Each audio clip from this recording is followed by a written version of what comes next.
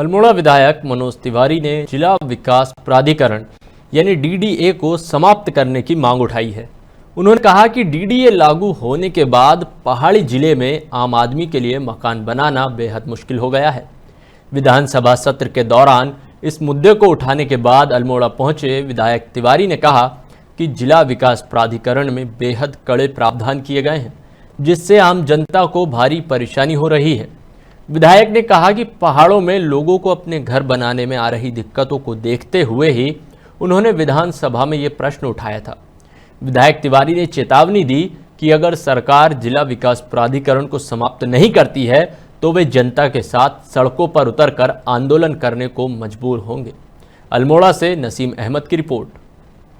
जब से भारतीय जनता पार्टी की सरकार प्रदेश में आई है और 2017 के बाद अल्मोड़े के साथ कई जिलों को जिला स्तरीय विकास प्राधिकरण के अधीन ले लिया गया है। और जब से जिला स्तरीय विकास प्राधिकरण लागू है तब से एक आम व्यक्ति जिसको जो अपना घर बना रहा था, चाहे वो रेजिडेंशियल हो चाहे कॉमर्शियल हो, उसको अपना मकान बनाना मुश्किल हो गया है।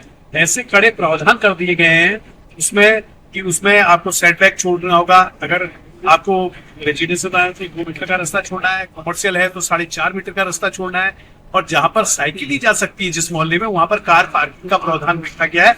और उसके साथ सबसे ज्यादा यह है कि उसमें लेबर सेस बहुत बढ़ा दिया गया है, और उसके साथ साथ विभागों में अनापत्ति के उसके चक्कर लगाने पड़ते हैं। उसको ज्वेलरीज से अनापत्ति लेनी पड़ती है, उसे पीडब्ल्यूडी से अनापत्ति लेनी पड़ती है, उसे फायर से अनापत्ति लेनी पड़ती है, और फॉरेस्ट से उसे देहरादून से अनापत्ति प्रमाण पत्र लेना पड़ रहा है, जिसका प्रमाण मैंने दिया था।